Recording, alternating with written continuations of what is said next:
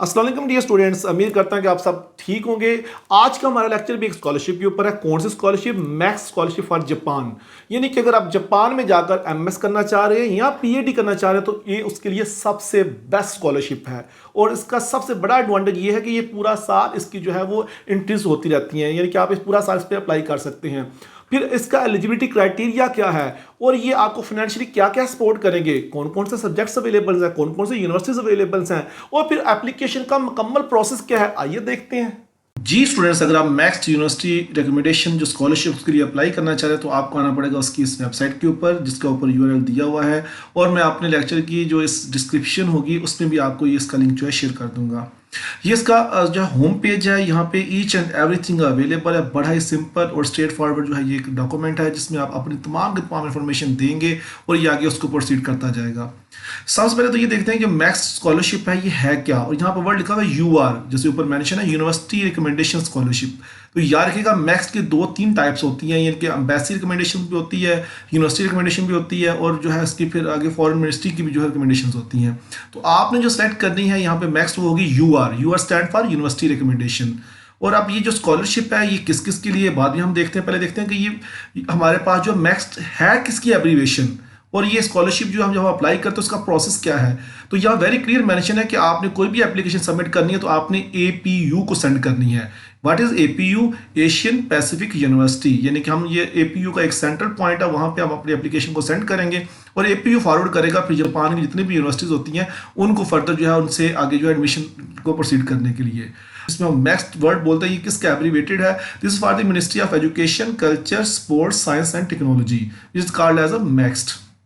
इसका main M यही है कि इंटरनेशनल लेवल पे जो है वो तमाम लोगों को इतनी फैसिलिटेशन दी जाए ताकि वो जापान की यूनिवर्सिटी में आके एडवांस जो नॉलेज होगा उसको सीख सकें।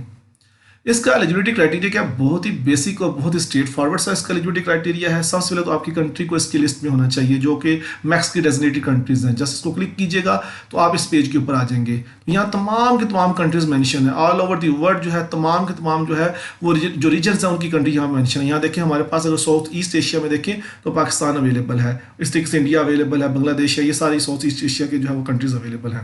तो फिर आपके पास जो है एज की लिमिट क्या है? ठीक है, तो ये एज वेरी करती है for master and for PhD. तो यहाँ पे जो अगर दोनों की मिनिमम एज जो है लेकिन 1988 के बाद आपकी जो है बर्थ हुई होनी चाहिए, यानी कि आपको 35 ईयर ऑफ एज आपकी जो होनी चाहिए। सीजीपी की रिक्वायरमेंट क्या है? बहुत ही सिंपल, इतना मैं कहता हूँ कि जितने स्कॉलरशिप मैंने आज तक मैंने आपसे शेयर किए हैं सबसे मिनिमम सीजीपी इसके लिए 2.3 वाले भी लोग हैं वो भी अप्लाई कर सकते हैं। तो उसके बाद कुछ उन्होंने आगे जो नोट्स में कुछ ऐसी चीज़ें लिखी हैं कि कौन से लोग ऐसे जो उसमें अप्लाई नहीं कर सकते। आर्मी सर्विसेज या मिलिट्री से रिलेटेड कोई बंदा भी जो है स्कॉलरशिप उनकी जो आगे उनके जो बच्चे हैं उस स्कॉलरशिप के लिए अप्लाई नहीं कर सकते। अगर आपने ऑलरेडी को मैक्स स्कॉलरशिप पहले अवेल की हुई है और उसको अभी 3 साल नहीं गुजरे फिर भी आप इसके लिए अप्लाई नहीं कर सकते। ओके, नेक्स्ट हम बात करें अवार्ड्स की। तो अवार्ड में फुल जो एडमिशन फ़ी है वो इसकी ऑफ होगी आपके लिए। 100% ट्यूशन फी जो कवर्ड होगी इसमें, और फिर आगे जो है 1,44,000 जापानी येन जो है वो आपको जो है अवार्ड किए जाएंगे फॉर दिस स्कॉलरशिप। ठीक है, जो कि मास्टर और पीएचडी दोनों के लिए फिर डिफरेंट है। ओके, अगर हम बात करें एप्लीकेशन की और इसका सिलेक्शन के प्रोसेस की तो यहाँ पे वेरी क्लियर मेंशन है एपीयू की तरफ से कि आप नवंबर 16 तक अपनी एप्लीकेशन जो है सेंड कर सकते हैं। और मैं आपको आगे फर्दर बताऊंगा भी कि ये 3 से 4 डिफरेंट फेजेस में आप अपनी एप्लीकेशन दे सकते हैं। यानी कि आप अभी कर दें, सितंबर में अप्लाई कर दें, फिर आप इसके बाद अक्टूबर में भी कर सकते हैं, फिर आप नवंबर में भी कर सकते हैं। लेकिन डेडलाइन हमारे पास क्या है? नवंबर 16। और हर साल इसकी जो है जब ये ऑफर करते हैं अपनी स्कॉलरशिप की डेट्स राउंड अबाउट यही होती हैं। और ये जो आप अब अभी अप्लाई करेंगे तो आपकी इनरोलमेंट जो है आपकी क्लासेस स्टार्ट होंगी जाके अप्रैल में। तो ये यहाँ पे उसने वेरी क्लियर मेंशन कर दिया है। जैसे आप जो है तमाम डॉक्यूमेंट्स जो आगे हम डिस्कस करेंगे वो अपलोड कर देंगे, आपके रिकमेंडेशन लेटर उनको चले जाएंगे, वो इसको ओवरव्यू करेंगे। ओवरव्यू करने के बाद जैसे ही एप्लीकेशन के जो रिजल्ट अनाउंस करेंगे तो फिर आपके पास जो है एक अवार्ड लेटर आएगा स्कॉलरशिप का, उसको यूज़ करके आपने अपना वीज़ा प्रोसेस करना है। ये तो हो गया इसके होम पेज के ऊपर जो कुछ इन्फॉर्मेशन बेसिक अवेलेबल थी वो हम आपसे डिस्कस की है। अब चलते हैं इसके एप्लीकेशन के प्रोसेस की तरफ। आप चले जाएँ हाउ टू अप्लाई में, तो यहाँ पे देखिए 2 चीज़ें यहाँ वेरी क्लियर मैंशन है। Number 1, graduate school of Asia Pacific study masters program, यानी कि अगर आप मास्टर में अप्लाई करना चाह रहे हैं तो आप इसको क्लिक करेंगे। नीचे देखो तो यहाँ पे लिखा graduate school of Asia Pacific studies doctor program, यानी कि मास्टर के लिए आपने अप्लाई करना तो आप ऊपर वाले को जो है क्लिक करना है, और पीएचडी के लिए अप्लाई करना तो आपने इसको क्लिक करना है जहाँ पे डॉक्टर प्रोग्राम। हम डॉक्टर प्रोग्राम को कंटिन्यू करते हैं। मोस्ट स्टूडेंट जो पीएचडी के लिए अप्लाई करते हैं जस्ट आप इसको क्लिक करें तो आप आ जाएंगे इस पेज के ऊपर। ये है होम पेज एप्लीकेशन के जो है प्रोसेस का, और इसमें तमाम डॉक्यूमेंट मेंशन है फॉर डॉक्टर प्रोग्राम। ये जो हमारे पास है जो ये डॉक्टर प्रोग्राम की एप्लीकेशन के लिए अगर आप प्रोसीड करना चाहें तो आप जो है इस पेज के ऊपर आपको आना होगा। और यहाँ पे देखिए सारी यहाँ पे उसने जो है वो हेडिंग हेडिंग की फॉर्म में सारी चीज़ें जो है मेंशन की हैं कि जो आपका एप्लीकेशन में रिक्वायर्ड होंगी। पॉलिसी क्या अगर देखना चाह रहे हैं, कैटेगरीज कौन कौन से एप्लीकेशन की, प्रोसेस क्या होगा, ऑनलाइन एप्लीकेशन कैसे फिल करनी है, उसकी असेसमेंट कैसे होगी, ईच एवरीथिंग यहाँ पे मेंशन है। आप इनमें से अगर किसी एक को जाकर देखना चाहें तो जस्ट उसको क्लिक करें, जैसे एलिजिबिलिटी देखना चाह रहे हो क्लिक करें तो आपको नीचे उसकी डिटेल आ जाएगी। फर्दरमोर हम इसको नीचे मूव करते हैं, हम वन वन तमाम चीज़ों को डिस्कस करते हैं। एडमिशन पॉलिसी क्या है, तो जो एलिजिबिलिटी क्राइटेरिया को मीट करता है वही इसके लिए एलिजिबल होगा, वही इसके लिए अप्लाई कर सकते हो, ऑलरेडी हम मेंशन कर चुके हैं। देन अगर हमारे पास जो है वो आ जाए इसकी एप्लीकेशन कैटेगरी का, दो एप्लीकेशन की यहाँ पे जो मेन कैटेगरी ओवरसीज एप्लीकेशन है, फिर डोमेस्टिक एप्लीकेशन है, और थर्ड वन भी है वो क्या, इंटरनल एप्लीकेंट्स जो यूनिवर्सिटी के स्टूडेंट्स होंगे।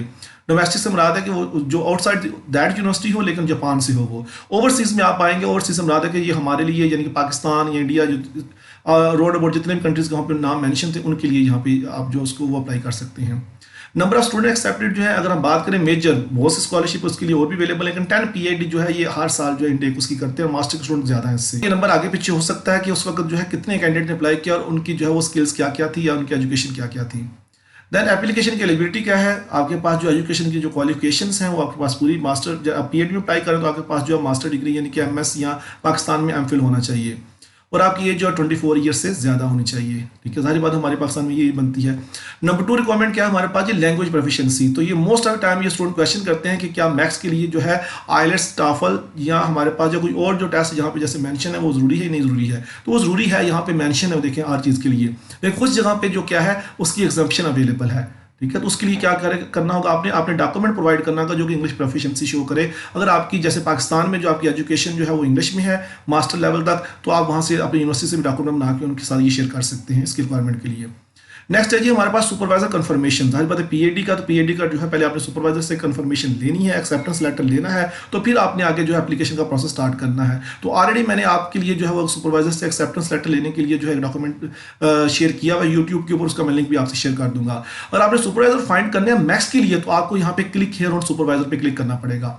जैसे आप क्लिक करेंगे तो आप इस पर फॉर्म में भी आ जाएंगे। तो यहाँ आपको रिक्वेस्ट लिखनी पड़ेगी, आपका नाम होगा, नेशनलिटी होगी, ठीक है, आपका ईमेल होगा, फिर आपने अपना प्रोग्राम सेलेक्ट करना होगा, और नीचे यहाँ पे देखिए तमाम के तमाम जो सुपरवाइजर्स हैं, प्रोफेसर्स हैं, उनकी लिस्ट यहाँ पे अवेलेबल है। इस लिंक को क्लिक करके मिल जाएंगे आपको, और यहाँ पे वैसे भी अवेलेबल हैं अगर आप सब्जेक्ट वाइज देखना चाहो तो इनको जो है इनके जो है वो किसी भी आईडी के ऊपर आप क्लिक करें तो डायरेक्ट उसकी प्रोफाइल के ऊपर आपको ले जाएगा। वहाँ से इनका ईमेल आईडी लें, फिर उनको आप राइट डाउन करें कि हम जो इसके लिए अप्लाई करना चाह रहे हैं, तो हमें आपसे एक्सेप्टेंस लेटर चाहिए होगा। तो वही तरीका क्या होगा, आपने रिसर्च प्रपोजल उसका अपना शेयर करना होगा। यहाँ पे अपलोड करना रिसर्च प्रपोजल है, CV है, मास्टर थीसिस अगर आपका, तो अपने मैसेज में आप यहाँ पे कवर लेटर लिख सकते हैं। तो मैं कवर लेटर, रिसर्च प्रपोजल और फिर जो है वो एक्सेप्टेंस लेटर लेने का इनके लिंक्स हैं वो मैं आपको शेयर कर दूंगा डिस्क्रिप्शन में इस लेक्चर के, तो आप उसको जरूर देखिएगा।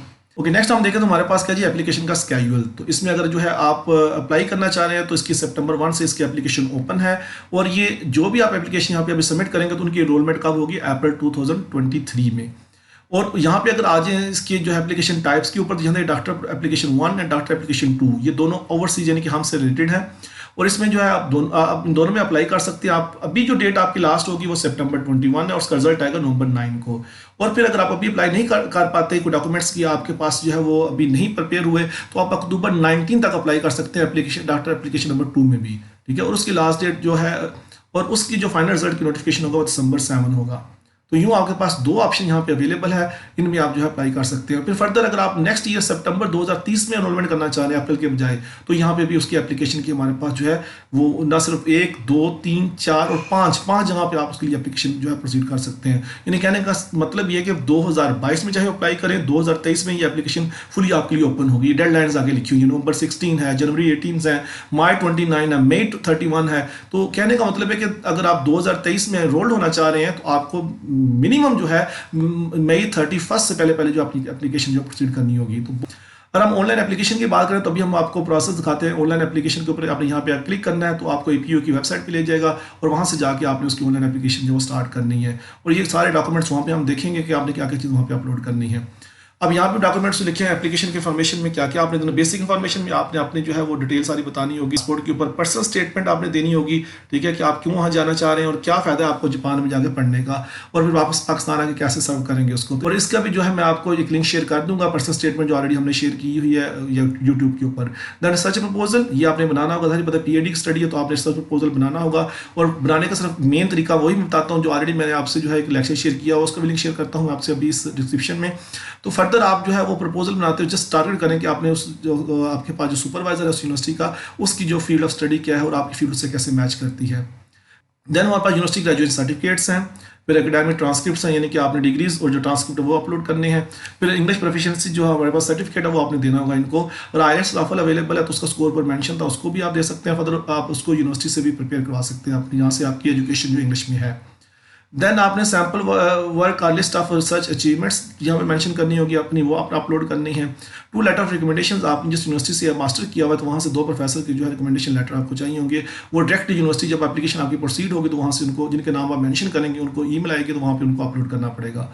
Then your passport, then photograph, then supervisor confirmation letter जो मोस्ट इंपॉर्टेंट है, यानी कि शुरू में आपको बताया था कि आप उनको रिक्वेस्ट करेंगे, अगर उन्होंने एलिजिबल हुआ, आपको देखा कि आपकी जो है वो रिसर्च प्रपोजल से रेलिवेंट है तो फिर आपको वो एक एक्सेप्टेंस लेटर देंगे, वो भी आपको अपलोड करना पड़ेगा।